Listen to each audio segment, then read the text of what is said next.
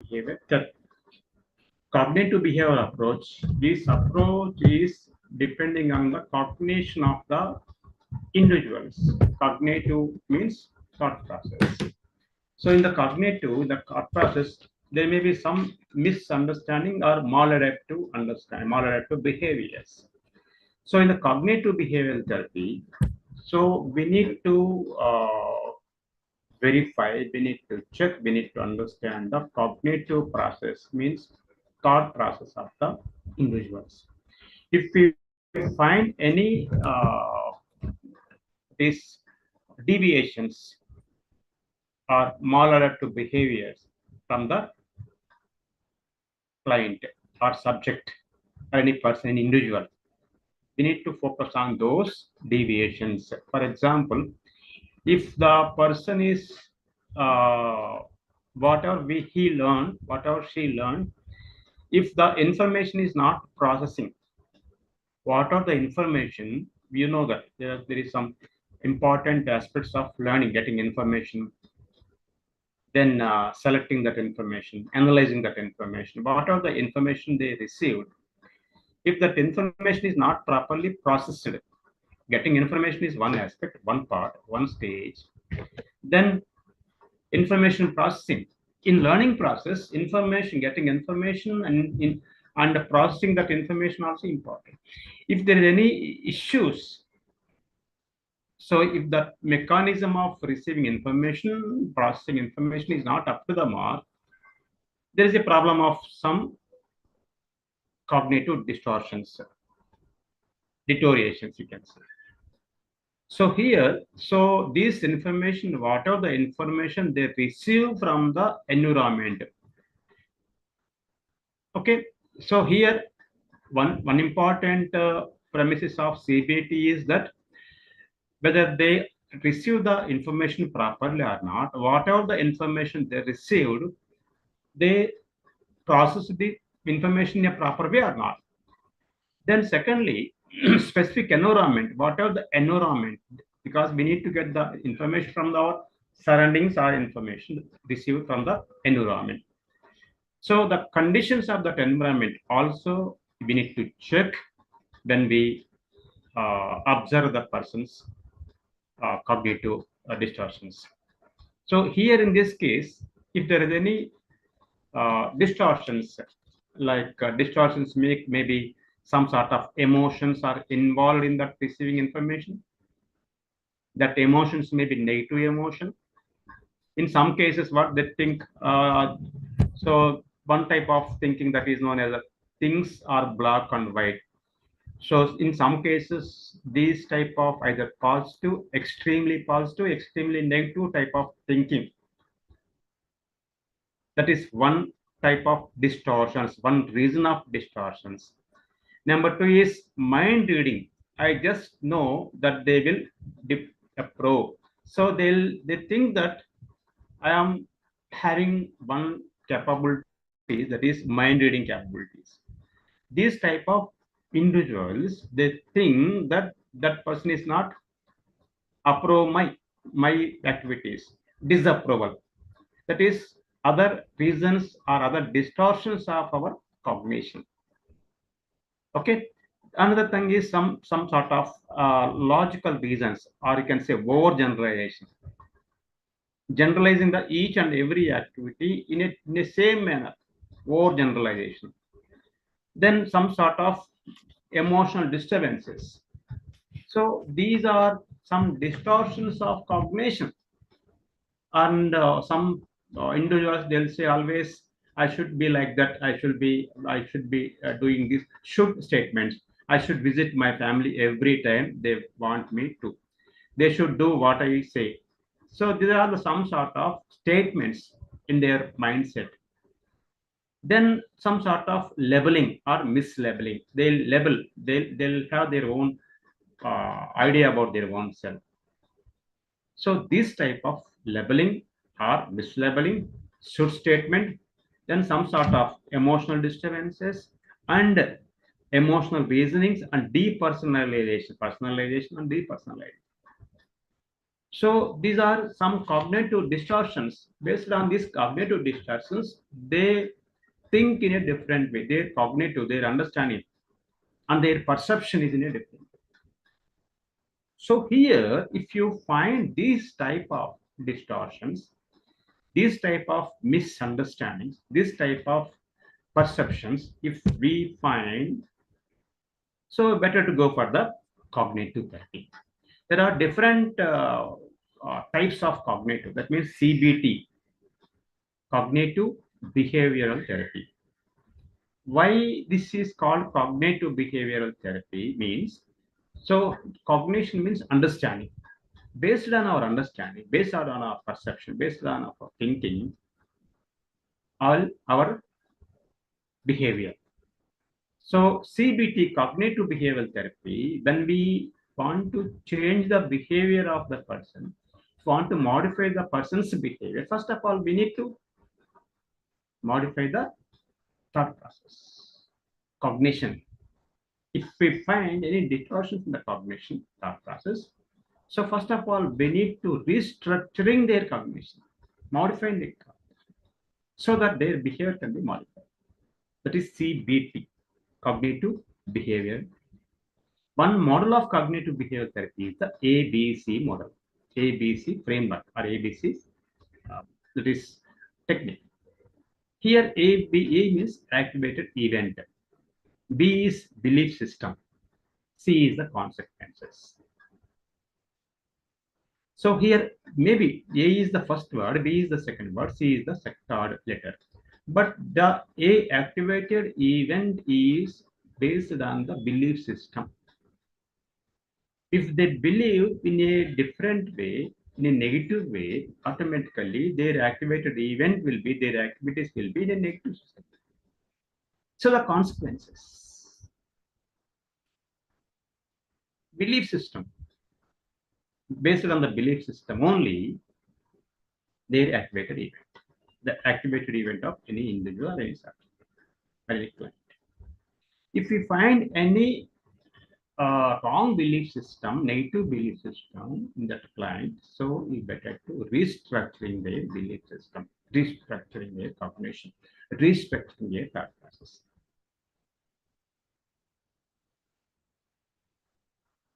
Okay, for example, yes, I mentioned some sort of distortions. They should do what I say because it is right.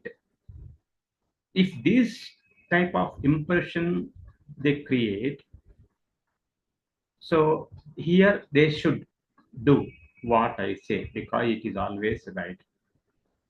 This statement, this impression, this type of impression they have, they always, their expectation from others is like whatever this client, this subject say, the same thing the others to be follow.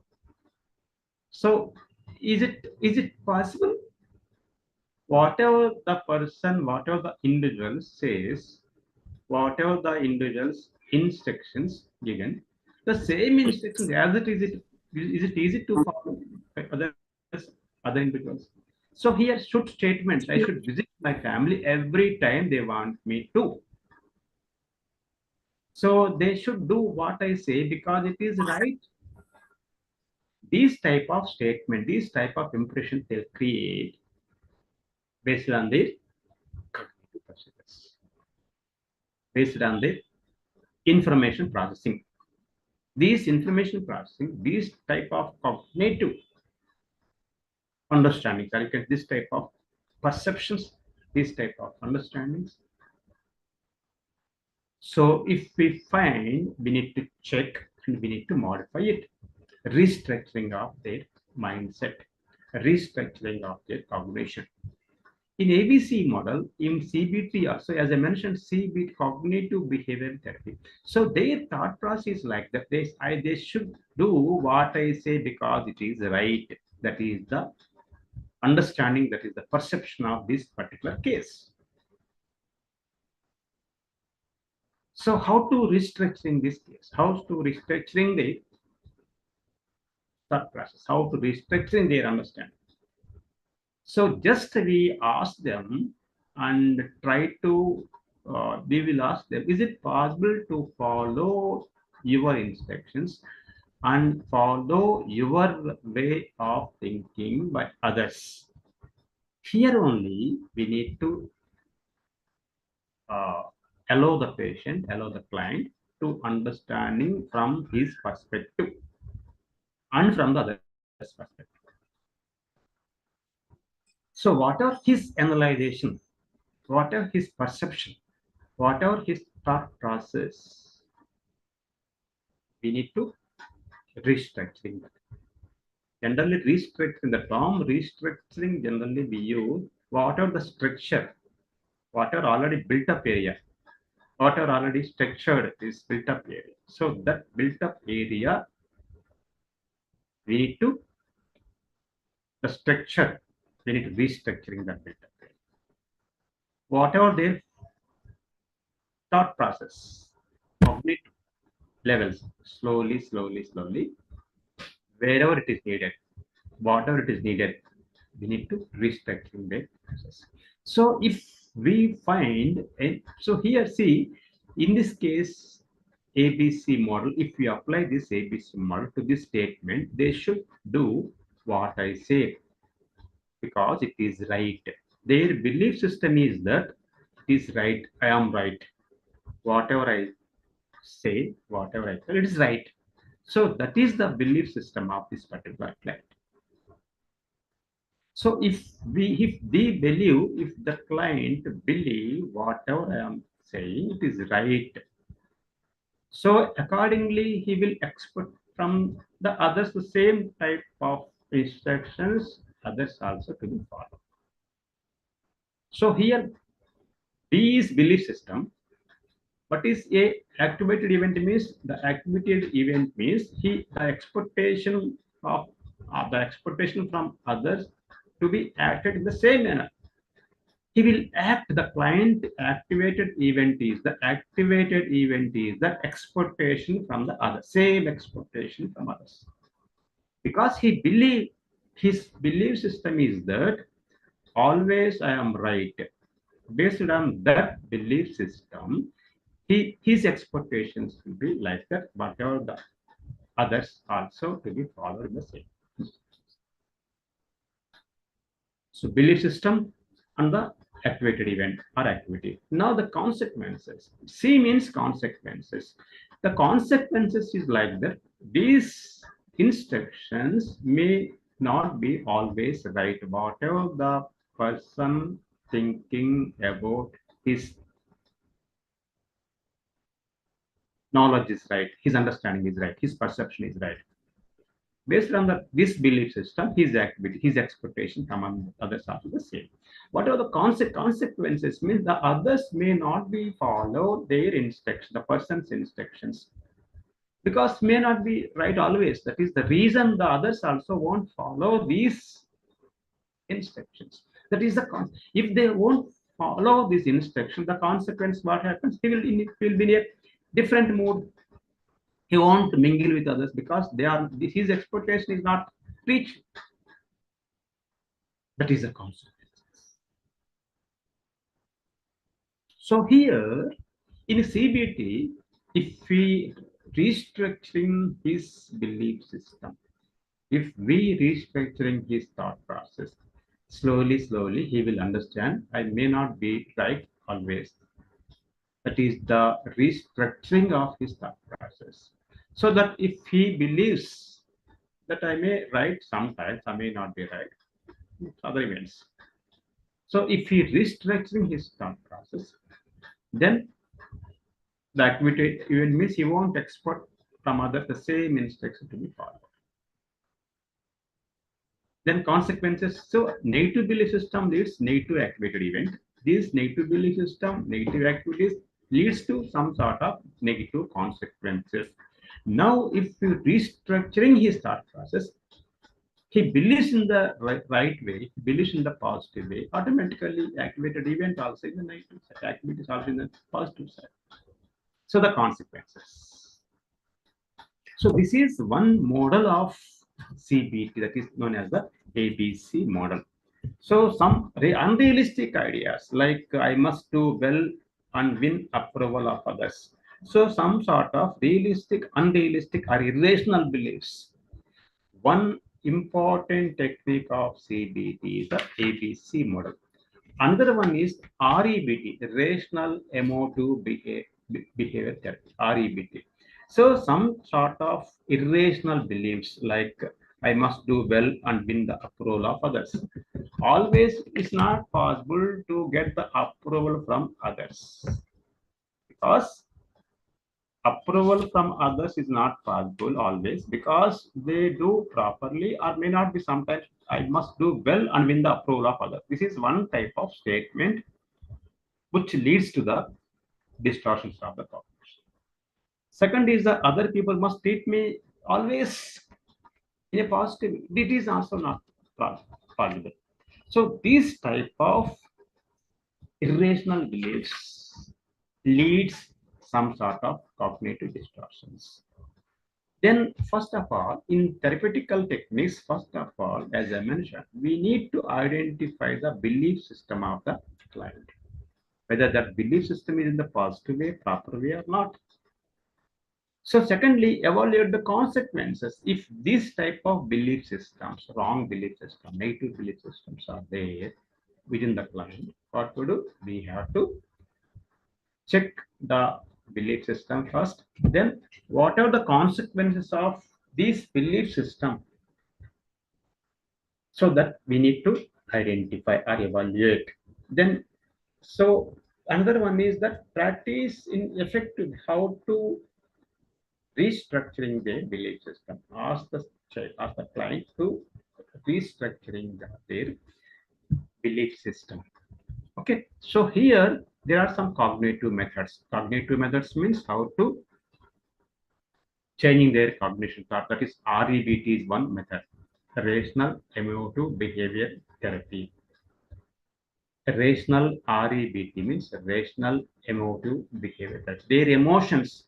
Whether the emotions are rational emotions, any logical aspects are there in their emotions. If these emotions are not rational, so rational, if there is irrational belief system, irrational emotions, better to change to that rational. Rational emotive behavior therapy, irrational belief systems, irrational emotions to be changed into rational systems, rational belief systems, or rational emotions. Then what happens if you're restructuring there, if you're changing there, if you modify there irrational thoughts, irrational beliefs, slowly the behavior also be changed. It can be modified. So rational emotive behavior therapy is one technique of changing their cognition. So then changing of their when we change their belief system, when we change their cognition, automatically the language also can be changed.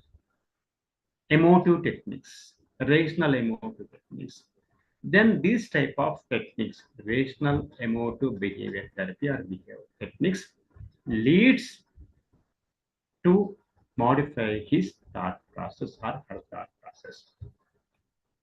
One is in CBT. CBT, as I meant, CBT means cognitive behavior therapy. When you change the cognition, automatically behavior can be changed, modified. In this CBT, one important technique is ABC model or ABC framework, ABC technique. Activated event, belief system, and the consequence. Second is the REBT, rational emotive behavior therapy. Why this rational emotive behavior therapy use means if you find any maladaptive behavior, so this to be changed. This maladaptive behavior to be changed as the adaptive behavior, adjustment behavior.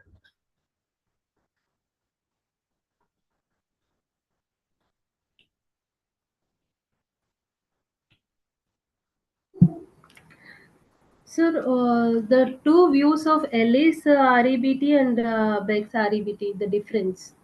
REBT and REBT is viewed by Ellie's REBT is different and Beck's REBT is different. What is the difference? So Means Ellis who has showed more light on this? Ellis REBT is, of course, in practice, we are generally we follow the Ellis REBT only. Beck is the founder of this REBT. But whereas in practical way, Ellis REBT we are practicing.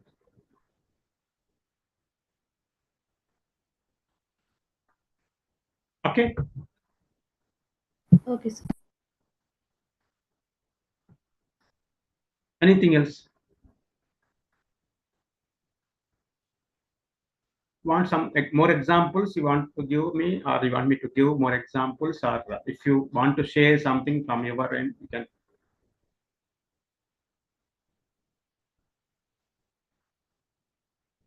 Does Beck has given any schemas in his REBT therapy, sir? Schemas, yeah. Let me see. Uh, as I mentioned here, starting of our class. So how you receive the information, how you processing the information.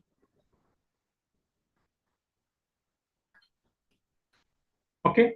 So, and one more thing is that here, even psychoanalytical approach also, psychoanalytical approach of Sigmund Freud psychoanalytical approach. Uh, you know that there are some levels, or you can say consciousness, subconsciousness, pre-consciousness. Okay. In CBT, the influence of the psychoanalytical theory also, it is some effect of psychoanalytical theory of Freud. In psychodynamic theory, it is divided the psyche into the conscious, pre-conscious, and subconscious, or you can say unconscious domains. This mind, the level of mind at the psyche is divided into the three these levels. One is conscious, pre-conscious, and unconscious. So he believed that individuals' behavior primarily motivated by unconscious drives. According to the psychoanalytical theory of Sigmund Freud, the behavior of the individuals is motivated by unconscious drives. And cognitive therapies divided the cognitive process into automatic thoughts and assumptions and schemas. Here, these therapy of cognitive therapy divided the cognitive, whereas the psychoanalytical theory divided the mind in three levels. But whereas the cognitive therapies divided the cognitive procedures into one is automatic cognitive procedures, second is thoughts, third is the it is assumptions and schemas. So here further psychodynamic theory of Freud, Beck, and Ellis, these are all the one important these similarities. They focus on the role of the social learning process, how the social that is learning from the society, maybe psychodynamic, psychoanalytical theory, even the cognitive theories, how the information is processing from the environment, how the emotions are developed. So the information received by the individual, how the person's processing that information, number one, and how this information leads to some sort of emotional issues. And here there is a role of cognitive procedures, cognitive structurings. When the cognitive structuring is not up to the mark, if they receive the information in a different, in a negative way, automatically what happens? Their perception is somehow it's different. So that if we find any, if you verify, if you after finding any issues of their cognition, so we need to restructuring their cognition. The development of social problem solving capacity and the acquisition of behavioral skills is one important aspect. So here, based on the information received from the society, from the environment, you can say, how you process the information, number one. Number two, in this processing of information, any emotional problems arise, and how you addressing those emotional issues. Individually, there may be some emotional issues. So these emotional problems, how you resolve it? I repeat, psychodynamic or psychoanalytical theory is focusing on the levels of mind or psyche. But whereas the other, like Ellis and Beck, these cognitive psychologists, the model of these psychologists is focusing on the cognitions, that is cognitive procedures, that is three types of cognitive procedures. It means automatic thoughts, assumptions, and schemas. So if in these cognitive procedures, any that is negative aspect, any negative belief systems, Sir, assumptions and assumptions and schemas. Schemas means how you see that, how you pursue that. okay. Schemas. You will have some sort of pictures, models based on the information processing. Your way of schema is different. My way of receiving that information is different. Processing that information, schemas, SCHEMS. Okay. Okay, sir. So distortions we need to observe when we are at least taking the counseling procedures. What are the various distortions? As I mentioned, some type of labeling and mislabeling, should statements, and emotional disturbances, depersonalization, overgeneralization. These are the some sort of cognitive distortions. If these distortions, if you find among your that is clients or subjects, first of all, we need to address these distortions. An example, as I have given one example. So the others should follow me, whatever I say, because I'm always right. This is one type of this statement. I should, or they should statements. They should follow my instruction. They should follow me what I say, because I am right. So this type of belief system, this type of thought process, if it is there, be better to address those issues. Okay, another example of ABC model, some is like some sort of phobic conditions, even some sort of drug addictions also. Their belief system is that if we take this type of drugs, if we use these type of substances, they will have some sort of relief. That is the wrong belief system of this particular case. By using these type of substance, by using this type of drugs, generally in addiction cases and de-addiction centers, if you ask the client why you are habituated to this drug or any other substance, what they'll tell, by consuming this drug, by consuming this substance, by consuming this type of cigarette smoking or any alcohol, so I will have some sort of relief. They think, they believe that if they consume, if they take that type of substance, they'll have some sort of relief. So by believing this, their activity, their activated event, then consequences. So here our role is, as a psychologist, our role is that first of all we need to check his distortions, that is belief systems. If there is any negative, wrong, irrational belief system, we have to change those irrational belief system. We need to restructuring their irrational belief system to the rational way. Then their activated events based on the wrong belief systems, negative activities or negative activated events. So depending on these two, depending on negative belief system, depending on the negative activated events or negative activities, the consequence always negative. Then if you want to restructuring his mindset, so CRT, cognitive restructuring technique, is also one other technique. As I mentioned, ABC is one framework, one technique of CBT.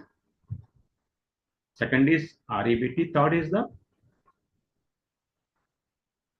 CRT, cognitive restructuring technique, restructuring of their thought process. So if you restructuring their thought process, slowly it is easy to modify his thought process by restructuring of their cognition. Then now they, whatever their wrong belief systems, we will modify it to a positive systems. Then their activities also in a positive. Then finally what happens? The consequence also in positive. Here only one other example as I mentioned now. So by consuming alcohol, what are the consequences, negative consequences we have explained? Their belief system is that is only to relieve, to get some sort of relief after they work. So here the consequences, if we explain, health consequences, financial consequences, family consequences, personal negative consequences. By explaining of these consequences, slowly we can change their belief system. Irrational belief system to be modified as a rational way of thinking. So CRT, cognitive restructuring, also one other technique of this CBT. Then in some cases, that is psycho-education also needed. Psycho-education. One technique of changing their mindset is psychological education. Or whatever the consequences, whatever the education needs to change their mindset. That is, it is one important way of changing their mindset. That is psycho-education. Another thing is role playing. Role playing is another technique in this way of this counseling. Role play means just ask the, generally role play is has a cognitive, emotional, and behavioral components from the therapist. So what happens? The therapist may form some sort of groups or maybe in individual counseling also. Role play. Ask them to act as the drunk. Ask them to act as a some type of different person. So they themselves realize it. Or if I involved in these activities, these are the consequences I have to face. By role playing, also we can change their mindset. In addition to the psychoanalytic theory, they conclude that others' stream of consciousness was more valuable to clients than the usual free association. Free association is the one important. Free association is one technique of counseling in the CBT. Free association.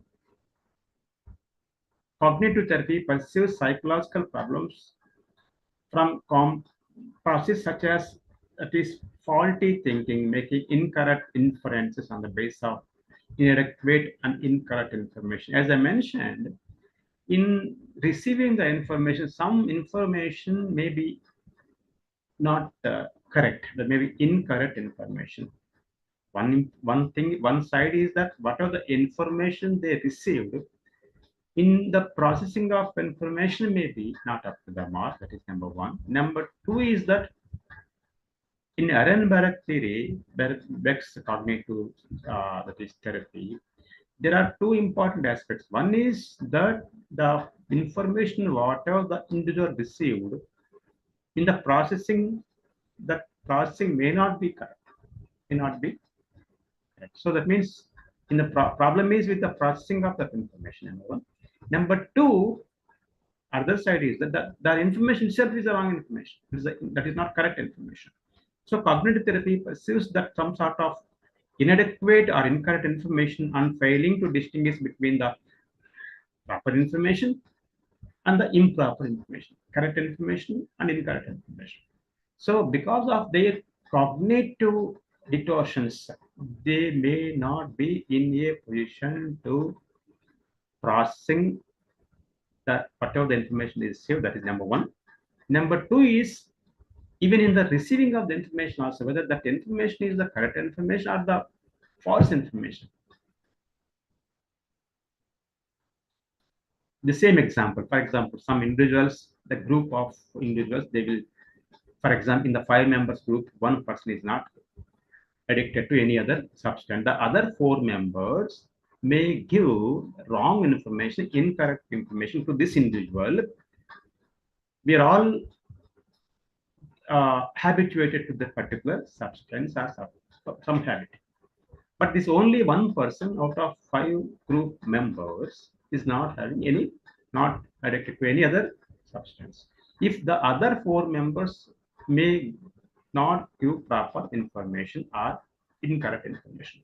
So he is not, if he is not in a position to distinguish the information that is correct or wrong, that is also leads some sort of distortions in the cognition.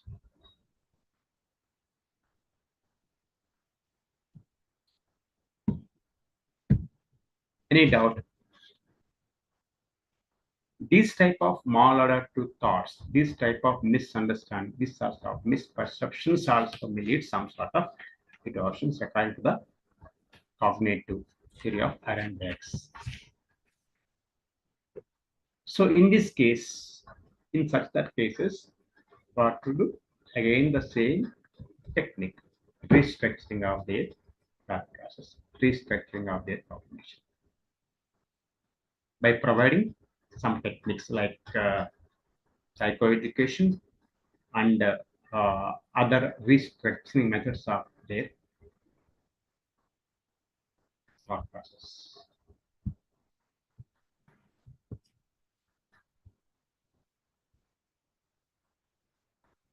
The interpretation of the individuals is not up to the mark. The inferences, arbitrary inferences, or you can say selective abstractions.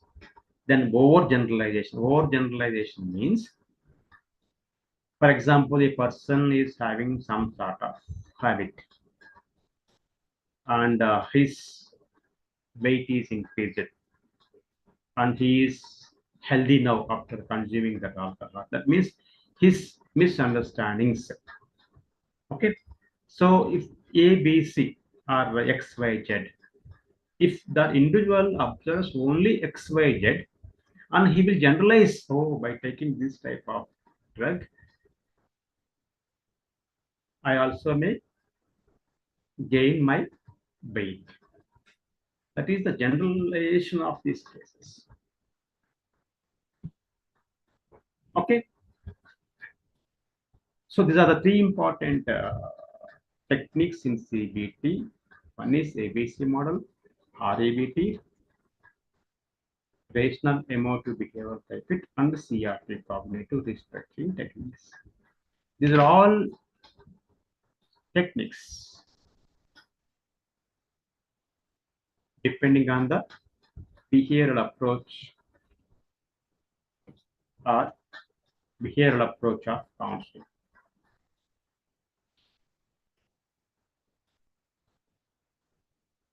Next, humanistic and existential approaches. Humanistic approach.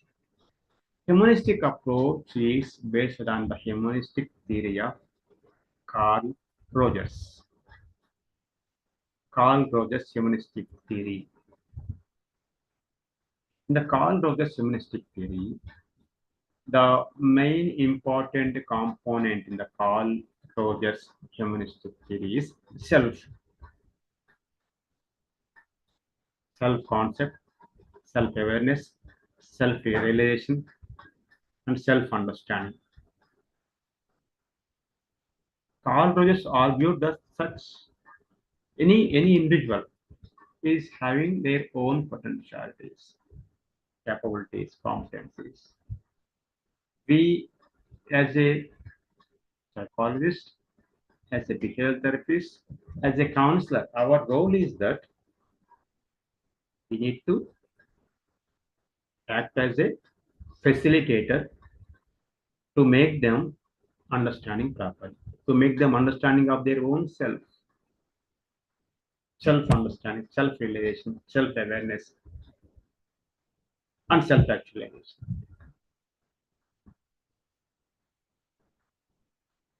Okay, even self-responsibility is also a philosophical perspective of this field.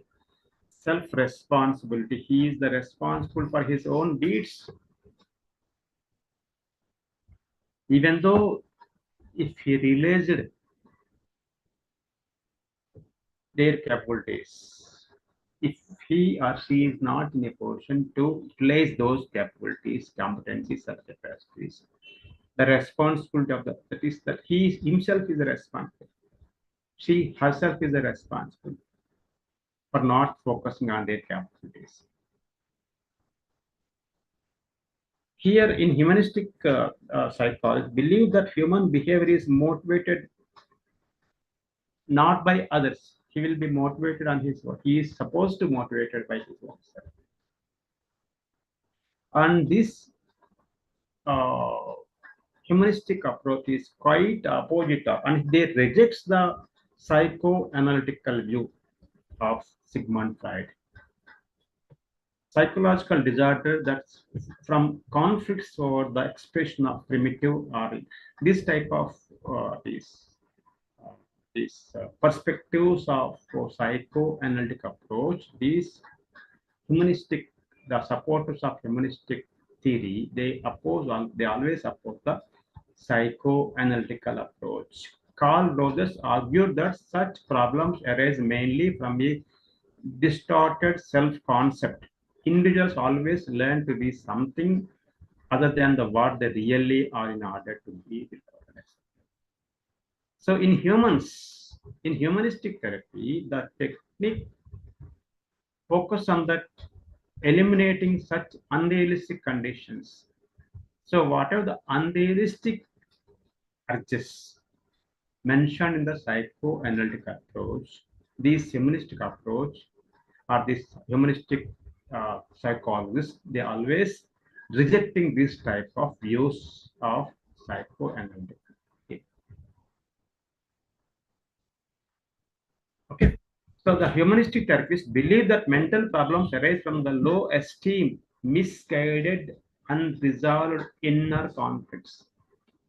If they are not in a position to resolve their conflicts, the problem starts from the unrealistic conflict. If unresolved conflicts are there in the mindset, the problem starts from this unresolved conflicts according to the humanistic theories.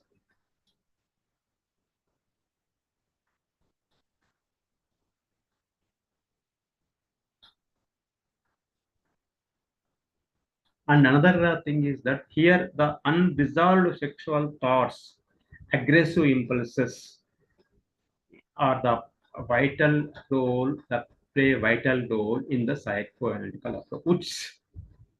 These urges are rejected from this humanistic approach. Humanistic psychology believe that human behavior is motivated not by sexual or aggressive impulses, but by an innate drive towards personal growth and improvement of the person. Here, personal growth to achieve the self-actualization is the main concept of this humanistic. As I mentioned, self-realization, self-actualization, self-concept, and self-awareness is the core concepts of this humanistic approach.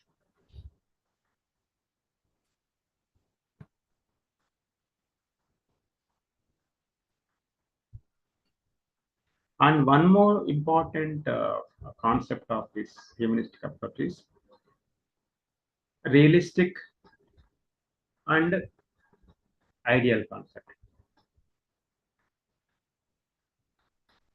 So whatever your ideas, ideal self or real self, your ideal self is thus but your realistic self is somehow different. There is a difference between the ideal self and the realistic self. You want to become an actor, but the realistic self is that your height, weight, and your complexion is not suited to the particular position. Real self and ideal self. Always there is a conflict between these both. If the gap between the realistic self and the ideal self is more, automatically there is a chance of some sort of issues. Ideal self and ideal self. So these are all the various core concepts of the humanistic approach. When we identify you, when the person is identify his own self in a realistic manner, the conflicts may be resolved. The conflict between the ideal self and real self is the major source of his misunderstandings, his behavior. The other important subtopic of this humanistic approach is that person-centered therapy, CCT or PCT, client-centered therapy, person-centered therapy. Here, the candidates, the students, always I am focusing on these stages, these steps. One is theory, second is approach or technique, third is the counseling procedures. In the psychoanalytical theory, there are some approaches based on the psychoanalytical theory, based on the approaches, our counseling procedures. Same way, behavioral theory and behavioral approaches. Then counseling procedures. Same way, humanistic theory, humanistic approaches like person-centered approach, person-centered therapy. Then our counseling procedures. In person-centered therapy, always the focus is on the person's abilities. It's also known as the client-centered therapy. In this counseling procedure, the center is client abilities, client capabilities of understanding, client's interest and desires, client's attitude, client's personality traits. These are the major aspects in the CCT or client-centered therapy.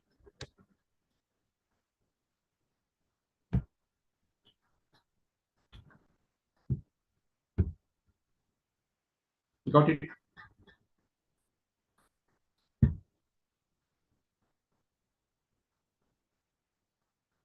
Yes, sir. Okay. Here, in this client-centered therapy or PCT, CCT or PCT, there are some stages of this PCT or CCT. One is development stage. Second is development stage. We need to develop the rapport between the client and the therapist, counselee and counselor. Okay, as you know, some of you may have some idea about the total sessions of any counseling. How many total sessions of any counseling? An idea about it? Anyone from your side? It depends from the case to case, sir. Depends on the case to case. Okay, generally, how many sessions? You have an idea about it? They will generally ask to come for 3-4 counseling classes. 3 to 4, sir. 3 to 4. That's it.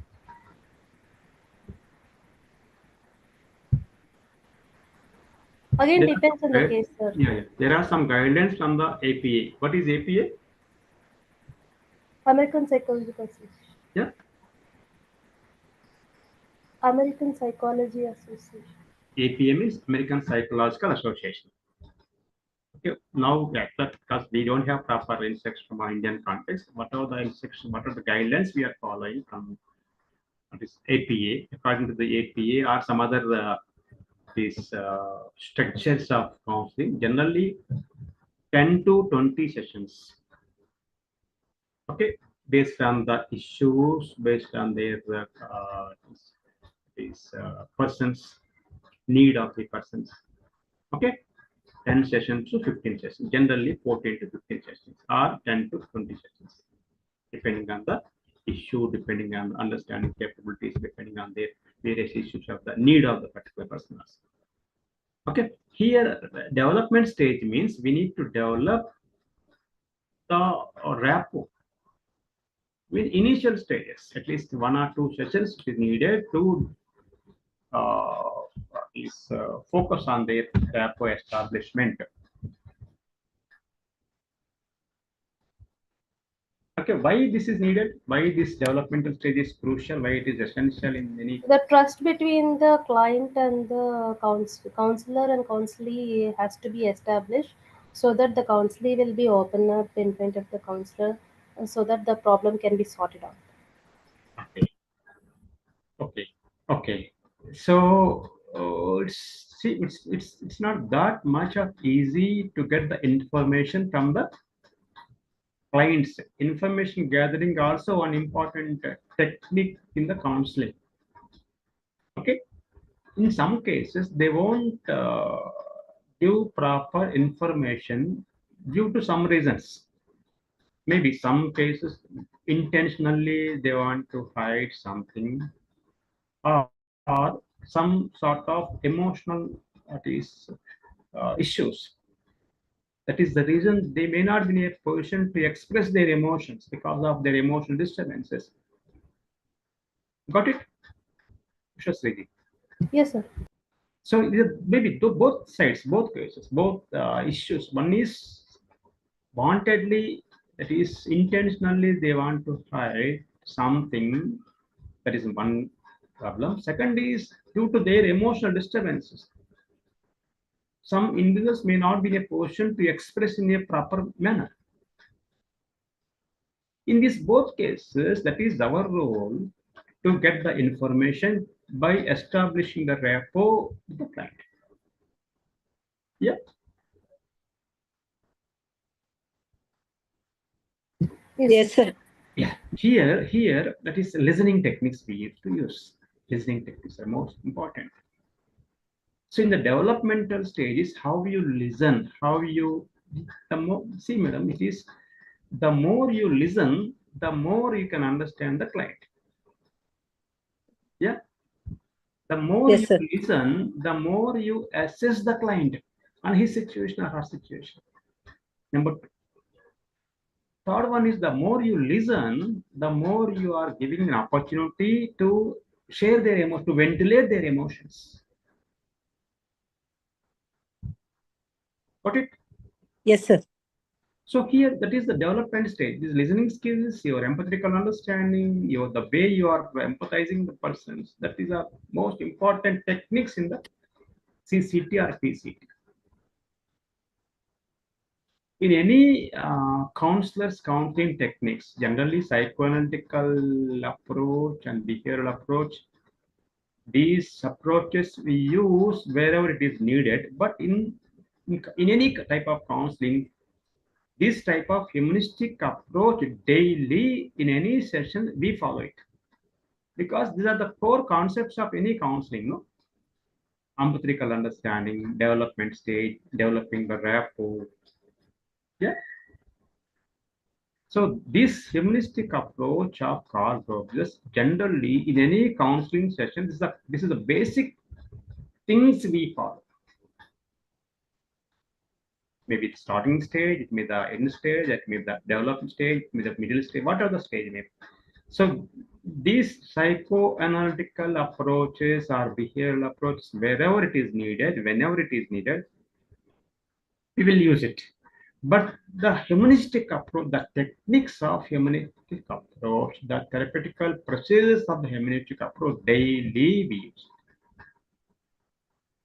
Okay. So first stage of CCT is the development stage. Second is non-directive stage. There are some types of counseling, or you can say stages of counseling, or the that is types of. One is directive counseling. Second is the non-directive counseling. Third is the mixed counseling or eclectic counseling. Direct counseling means whatever the instructions given by the counselor or the therapist only. That means all directions we will give to the client. That is the directional counseling. Non-directional counseling means in some cases no need of any direction to the client. So non-directive counseling is a stage of emphasizing and understanding the client and communicating that understanding. Non-directive initial stage, some directions we will give. Then after the development stage, after some 2-3 stages, no need of giving any directions. That is non-directive counseling. That is the another stage. Then client-centered stage, focusing on the person rather than the technique. In this client-centered therapy or person-centered therapy, our focus is on the person and the client, not on the technique. Based on the person's understanding capacity, depending on the person's that is response, we modify our counseling techniques. We change our technique of giving counseling. That means in client-centered therapy, the person-centered therapy, instead of using techniques, our focus is on the person's response.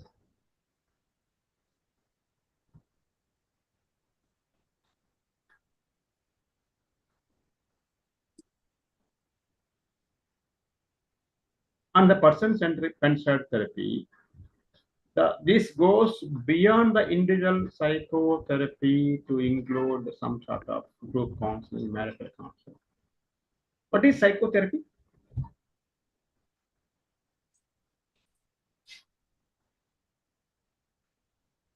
See, in any therapeutical procedures, especially the psychotherapeutical procedures, two dimensions. One is broadly the psychotherapy or any therapeutical procedures are broadly divided into two types. One is inside therapy. Second is external therapies, or you can say therapy depending on the environment. What is inside therapy? Inside therapy means we need to improve the understanding capacity of the person. That means improving the insight inside therapy. Am I clear, Ushaswiji? Yes, sir. So Is it that the insight means thought processes, sir? yes, nice. Self-understanding, insight. Okay, insight improving is the one important aspect of the broad aspect of the therapeutical procedure. Improving the insight, self-understanding. As I mentioned, the core concept of the humanistic approach is the self-understanding, self-realization, self-awareness, self-concept. So here in insight therapy, improving the insight. Okay, that means he has to realize his own self, insight improving. Or you can say insightful learning, according to the Kohler's theory of insightful learning. Insight learning. So we learn something from his own self. That is insightful therapy, insightful learning. Second is external.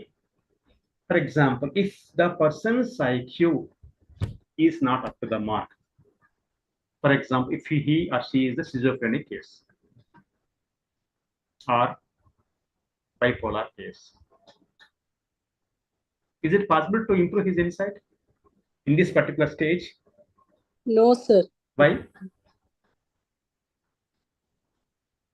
His distortions are more.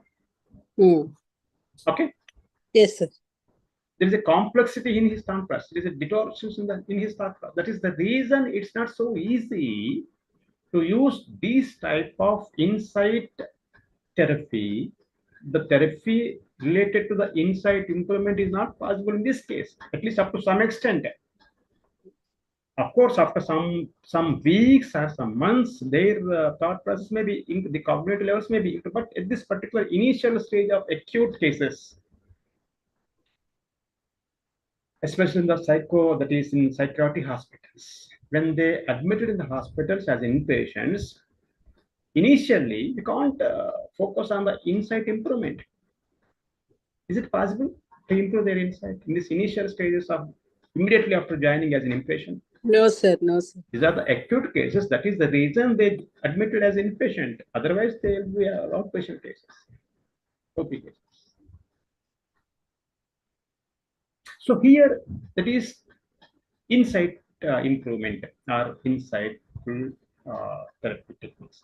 Second is that external therapies. External therapy means if they are not in a position to change their insight, it's not possible to improve their insight.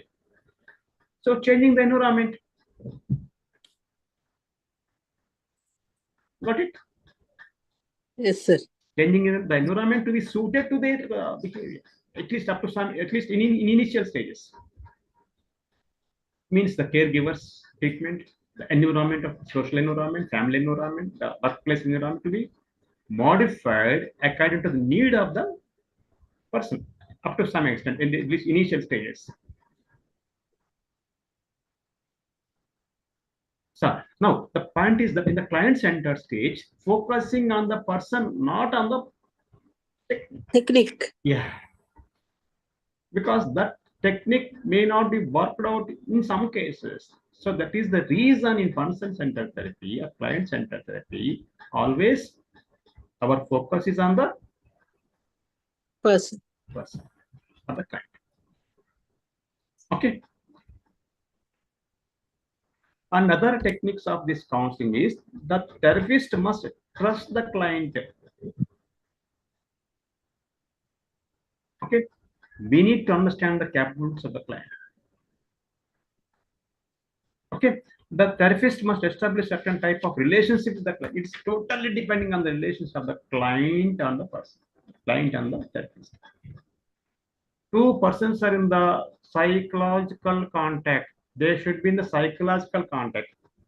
Two persons means Counselor and counselee. counselor and counselee. They should be in a psychological contact. Because the person is in the vulnerable condition. That is the reason we need to understand his condition empathetically. Empathetical understanding. Repeatedly, I'm talking about empathetical understanding.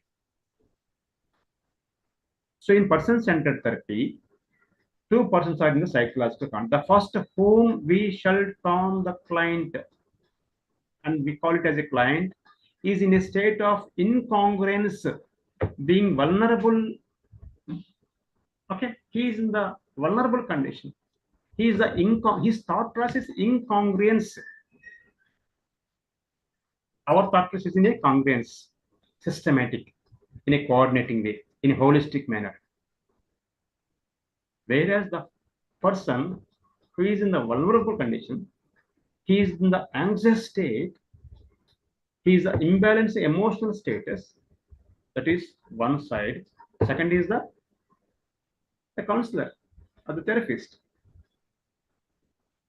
So the person is in the vulnerable condition, that is the client. And the second person who are like a therapist is in a congruent and integrated in the relationship. See, these term integrated, again the integrated thought process, the thinking in a holistic manner, in integrated manner, is from the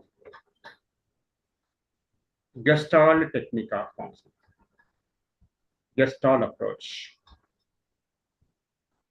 integrated, holistic.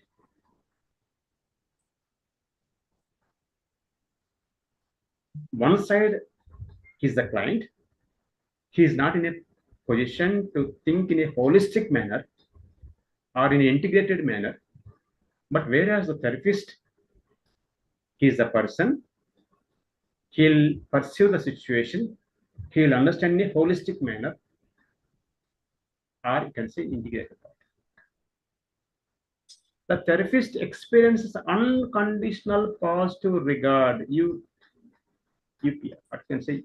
What is unconditional positive regard? These are the most important technique in the CCT or PCT. Unconditional pause. Always be positive with the person, the client. The client may be a problematic person. The client may be in a vulnerable condition, but always you treat him as a person. No conditions from your end. We are not supposed to put any condition, unconditional positive regard. No conditions from our side. Unconditional positive regard for the client. Then his experience as an empathetic understanding. So these are the core concepts of the CCT or PCT. First of all, congruence. What is congruence? Whatever you instruct, whatever your advice, it should be Transparency. Congruency somehow differ to the transparency. Okay. Congruency means whatever we suggest, that should be feasible and practicable. Okay. Got it? This congruency means you might have heard about the congruent triangles. Okay, equal, same way, same level. For example, in some cases, I already have given this example. I think one of my junior or somewhere he has given one suggestion to the person who is addicted to the cigarette smoking. He's a daily wage laborer. His earning per day is around 300 to 350 or 300. Okay, so the counselor is advised to that particular client to stop smoking. He told him that you better to purchase one packet of kajus, and the kajus you keep with your pocket.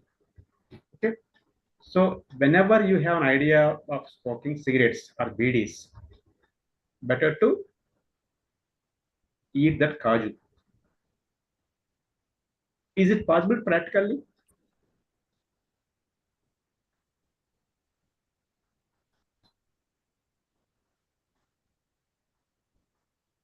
His earning capacity is around 300 rupees per day.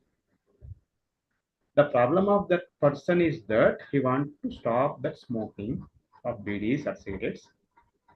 The suggestion of the advice of the therapist or the counselor is that you better to purchase one packet of or 100 grams, 200 grams of kajus.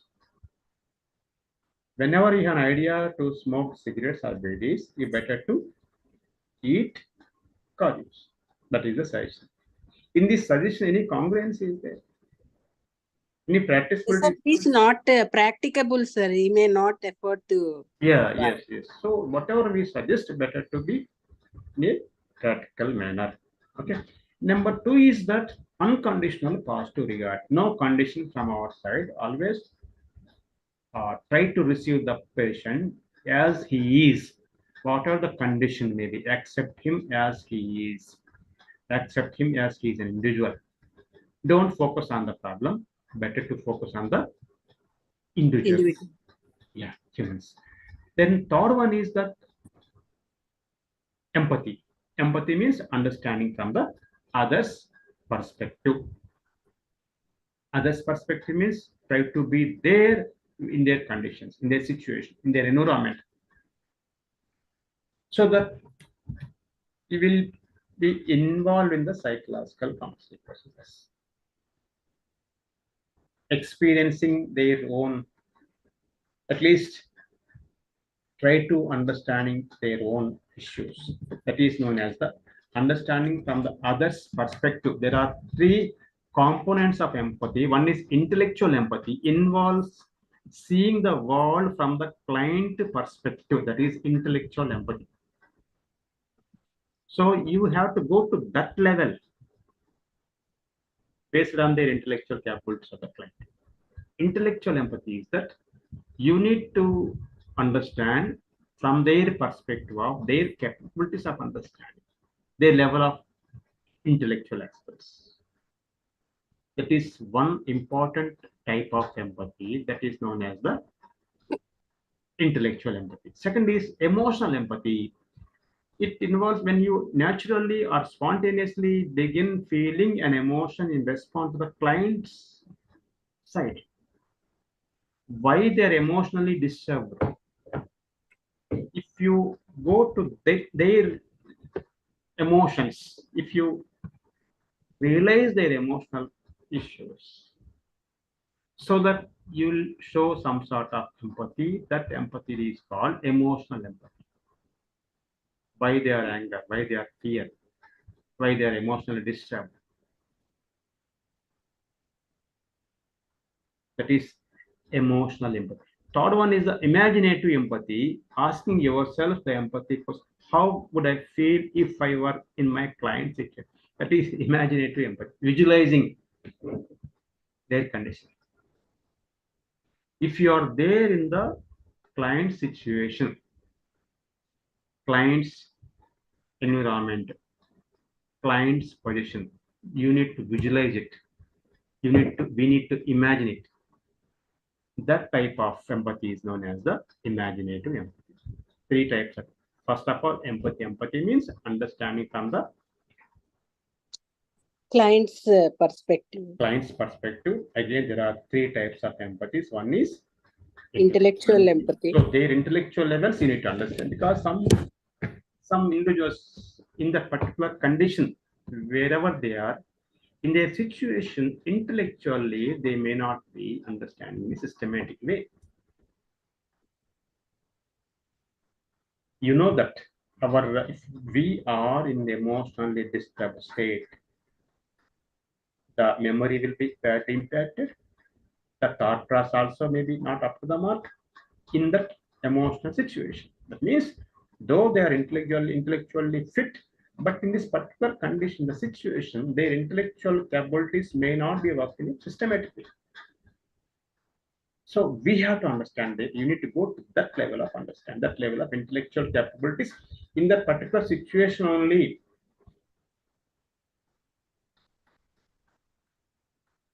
That is intellectual empathy. Second is the emotional empathy. Third is the imaginative empathy. There are some other techniques of understanding their empathical understanding. So how to understanding from their perspectives. There are some techniques of, there are some procedures of understanding from their perspective. What to do? Again, the same listening skills we have to use. How to show the empathy.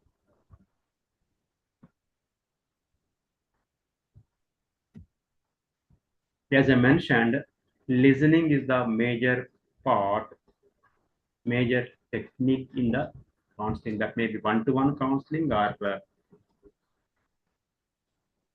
telephonic counseling or online counseling.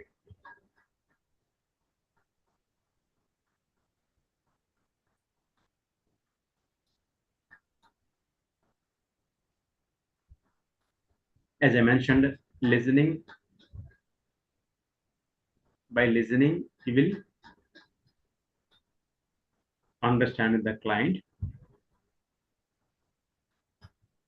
By listening, we will assess the client.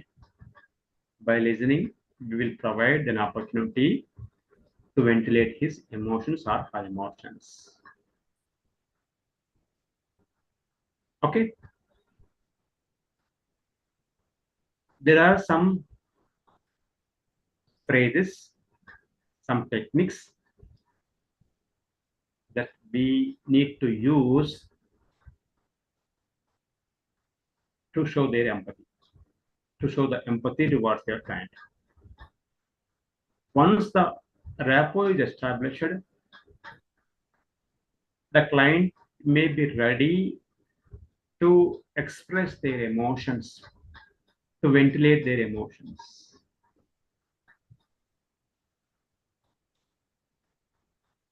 Why? Because in some cases, in some situations, some clients, they'll approach the therapist, they'll approach the counselors only to ventilate their emotions, because there's no opportunity to ventilate their emotion in the family situation. Nowadays, the families are like that. The wife is not, may not find the time to listen the issues of the husband. Even the husband also not in a position to give some time to listen the emotions or issues of the wife. Even children also not in a position to listen the parents' issues. The parents also not in a position to listen to their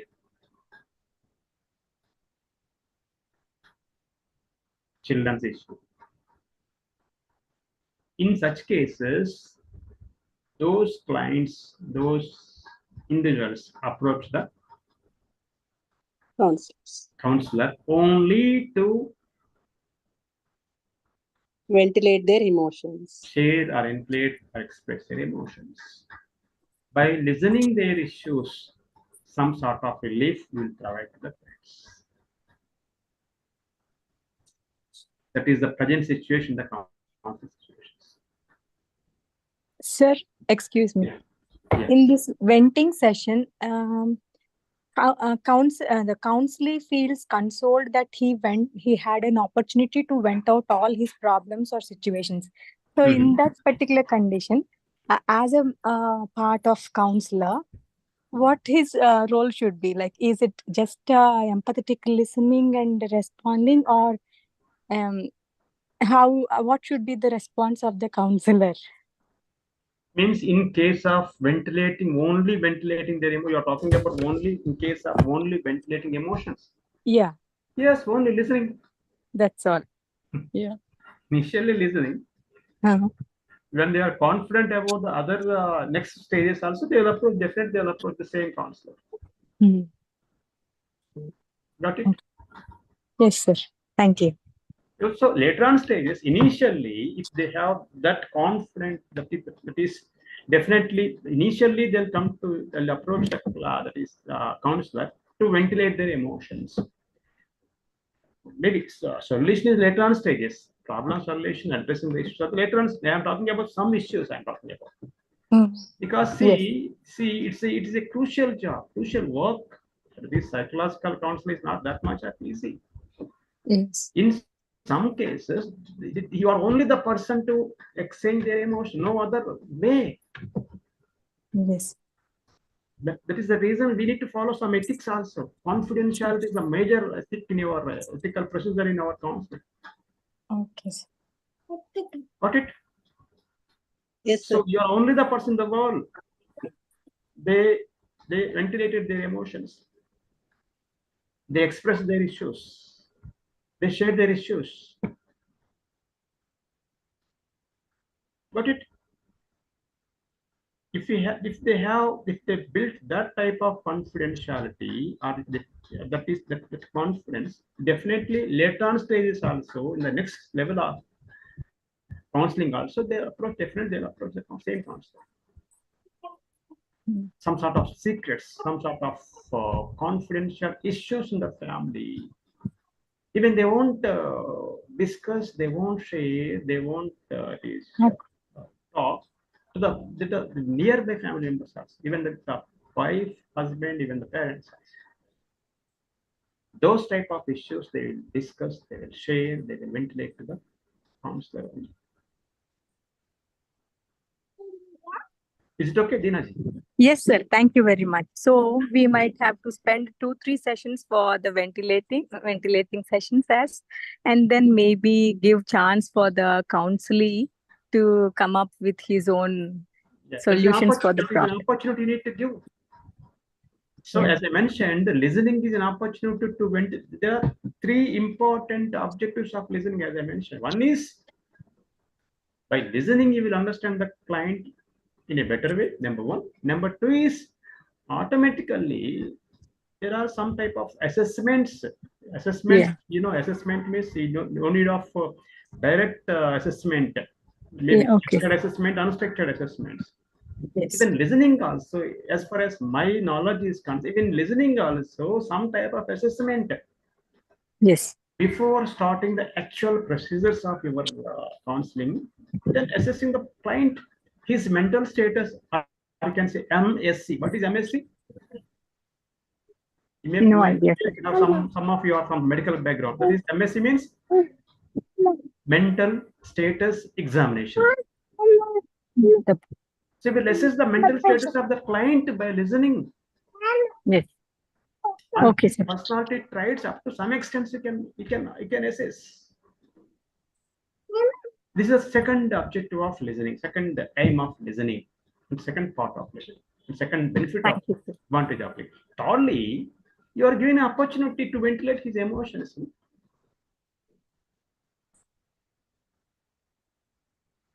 So by listening, assessing the person's mental status and understanding in a better way, and third is the given opportunity to ventilate their emotions. Simply for ventilation only, they will approach the counselors. In such cases also, it's an opportunity to vent out their emotions, to express their emotions. So some sort of relief you will provide, you'll do by sharing, by that is ventilating their emotions. They'll have some sort of relief because nobody is there to listen them.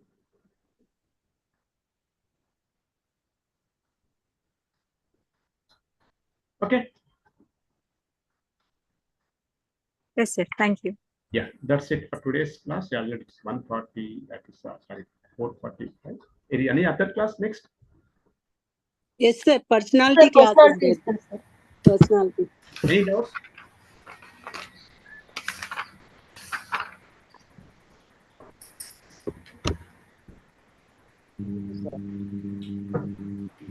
Yeah, thank you. Thank you so much, sir. Thank you. Thank you very much, sir.